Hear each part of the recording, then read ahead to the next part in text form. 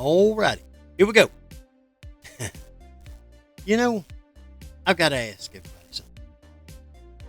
Seeing as how this all started back when he ran in 2016, when Donald Trump came down the escalator, told everybody he was running for president, and started having his rallies. That's when people started trying to kill him. I mean, this ain't new. Why are we acting like this is new? There was a man tried to snatch a cop's gun and kill that man in a rally back in 2016. I've heard tell there's over 40 times somebody's tried to do this. The man didn't even get a shot off. But it's national news and we're talking about it. Why? I submit to you that somebody wants us to talk about it. This is a trap. It's a snare. It's a rabbit hole. It's a big ball of just stupid to keep us all tied up, running around asking why this man ain't sitting in a prison somewhere. He's got all these weapons charges, weapons of mass destruction. I guarantee you right now. Go out and get you a weapon of mass destruction and get in a 3-hour standoff with the police and see what happens. I dare you. Not really. I don't dare you. Don't do it. Don't do it. They'll kill you. They'll kill you. And if they don't kill you, you're going to be in prison or a mental hospital the rest of your life. The rest of your life. Promise you. I think if there's so many enterprising people here, why don't we go back and look and see if we can find out what that weapon of mass destruction was and where it happened and what was really going on in the area at the time. You know, the intelligence agencies and law enforcement agencies have these people they call kites. You know, like you fly a kite with a string, kite. Well, they call them kites because they fly them out there because they can fit in criminal society. And if anything really happens, they just cut them loose. Just cut them loose. Let them burn out. And ain't no sweat off their back. That's what Oswald was. Does anybody remember that old boy in Las Vegas that killed all them people? Yeah. And the dude that was sheriff there was the sheriff in Maui when it burnt down. Are you not starting to see these connections? It's a trick. Get an axe. That's an Easter egg for y'all that knows what it means. And for those of you that don't, maybe you want to look. Just say. It's a trick. It's a trick. I'm thinking about naming this video Trump and the Haitians for Dummies. Remember them books they used to put out? People used to buy this book for dummies, that book for dummies. You know, it's kind of a Cliff Notes abbreviated version at kind of a second grade level to help everybody understand it. I know most people watching me already understand it. I get it. But there's a lot of people hopefully going to see this that don't understand it. They don't understand it. Matter of fact, I had a comment where this guy said something about Trump this, Trump that, and he done destroyed the Republican Party and this and that and the other. What's he even running for? What's his agenda? I'll tell you what his agenda is. I'll tell you right now what his agenda is to destroy the neocon, I'm going to say it again, neocon rhino Republicans and the neoliberal Democrats. They're all globalists. Let me break it down for you. Look up Leon Trotsky, Mexico City. When Stalin took over the Soviet Union, when Lenin was dying, his partner Trotsky was viewed by him as somebody that could be a problem leader.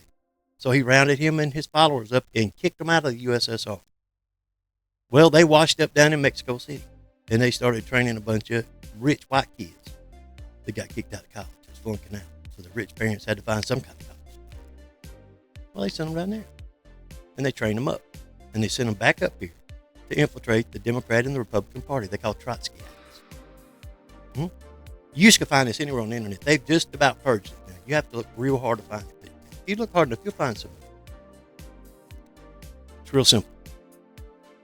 He come to destroy the uniparty globalists that are trying to destroy our nation.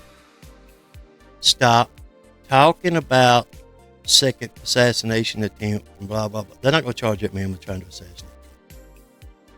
That man's already had all kind of weapons charges. And this, if you would have got a third of what this man's got on the rap sheet, you would never get out of jail. They'd never let me out. They'd never let me out. Ever. I would never see the son as a free man again. This man's out of jail because they want him out of jail. And they're going to continue using him until they use him all the way up. This man's got flights to Washington, flights to Ukraine, recruiting Afghanistan's. Come on. A roofer from North Carolina got the money to go to Hawaii and buy a house to live in and a rental property and can fly to all these places. You can't be that stupid. We can't afford that kind of naivety anymore. Man, there's puff pieces in the New York Times and other things on this guy from back in 2022 and 2023. How many roofers do you know?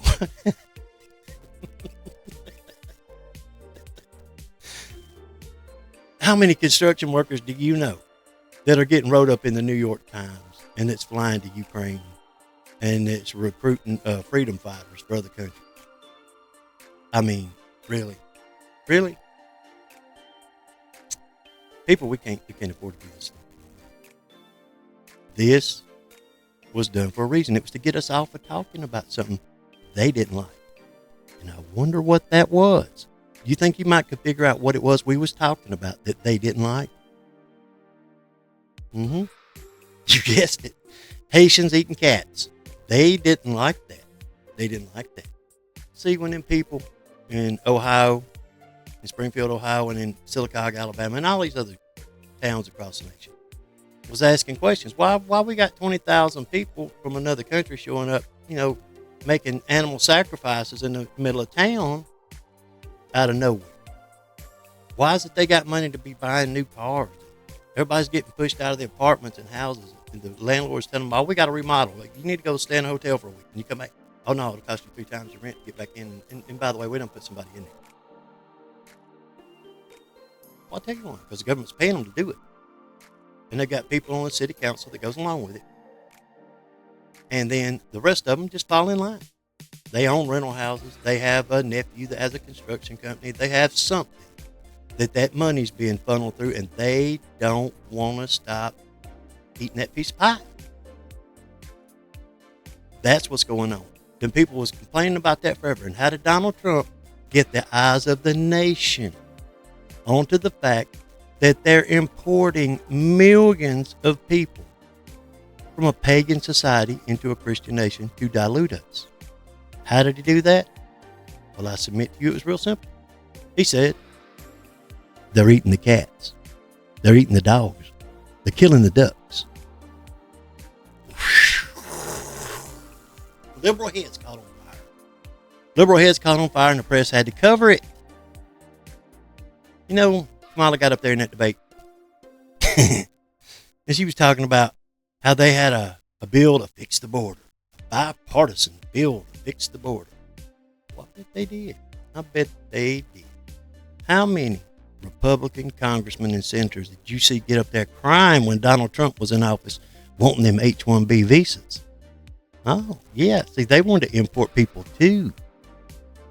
The people that give them money for their campaigns wants to be able to bring in engineers and other high-paid employees from India and Pakistan and get rid of their American employees that they had to pay these big salaries to. See, they can bring them people in and just pay them right about minimum wage. And what are they going to do? They're going to say, hey, I deserve to get paid the same thing an American does. They'll say, okay, boop, H-1B visa revoked. Go your ass back to India or Pakistan. Here's your slurpee, sir. That's what this is. Wake up. Wake up. It's on both sides. I said it before. I say it again. Trump's agenda is destroying the rhino neocon Republican Party and the neoliberal Democrat globalists. They're all globalists. And he did it with the help of Ron Paul. Ron Paul came in with the Tea Party and flooded the Republican Party, but he didn't have the guts and the backbone to stand up and fight for it. Trump saw that and said, ooh, he actually won the damn primary twice, and they took it away from him, and he didn't say nothing. Oh, yeah, here we go. I got this. And he marched right in and said the same thing Ron Paul said, and just throw a little bit of Republican rhetoric on it. The man was a New York Democrat. Come on, he contributed to the Hillary Clinton and Bill Clinton campaigns the first go-rounds. Wake up. Break the program. Break the program. You want the blue pill, you want the red pill. That's where that imagery came from. People trying to tell you the whole time, break your programming. There's a reason they call the stuff that comes across the television programming. The people in the industry that made these programs called them the glue. They didn't call them programs. They called them the glue. When they made like a TV show that lasted 30 minutes or an hour, they called it the glue. The glue that sticks the programming together. What you're looking at is a public relations narrative change rollout. Stop falling for it. Stop falling for it. Let them talk about it all they want to. You be talking about them Haitians. And these Venezuelan gangs that worship Santa Muerte. These people ain't Christians. These gangs, they're not Christians. They bring them in. They bring in the Muslims. They don't worship the same God we do. Get that straight. Allah is a different name for Baal, the moon god. Baal. Baal worship, the ones that they used to sacrifice children to. It's like Moloch. This ain't hard to see if you're a Christian and you have any understanding of the Bible. If you've ever really read the Bible and looked at it, this is plain. It's plain. The Lord told people, don't take these strangers into your nation. Don't take these strangers into your house. Don't let your sons marry daughters of these strangers for a reason. It takes down the hedges and leaves you open to judgment. That's why a woman from a heritage that worships over 3 million false gods keeps importing these people that worship false gods. And they try to act like, as a Christian, we're supposed to take these people in. No. We leave them where they are and we help them. Instead of sending mercenaries down there to assassinate their presidents and implode their nations so we can import them into our country to destroy it. I don't know if you two are going to leave this up or not, but I ain't going to mince words on this. People, wake up. I mean, the ship is sinking. I'll put it like this. Your house is on fire. Would you rather your neighbor come in and just rub your head real soft and sing you a lullaby and say, your house is on fire, I know, but it's okay, baby. It's okay. Don't sleep right. You won't know nothing. You won't feel it. Or do you want them to come in, kick the bed you're on and slap you in the mouth and say, get up. Get up. The house is on fire. Get out. And continue kicking your ass till you get out the door. I submit to you, that's what I'm doing. Wake up. Wake up. Get up. The house is on fire. Get out. Get out the door. We can't afford to be sitting around arguing with these zombies that they got out there. It's being paid to make these arguments. If you think these people ain't being paid to make these arguments, I don't tell you this. I don't know what to tell you. I don't think it can be. But for everybody that can hear me, if you're within the sound of my voice, get up. Get up. The house is on fire. Get out the door. Get out the door.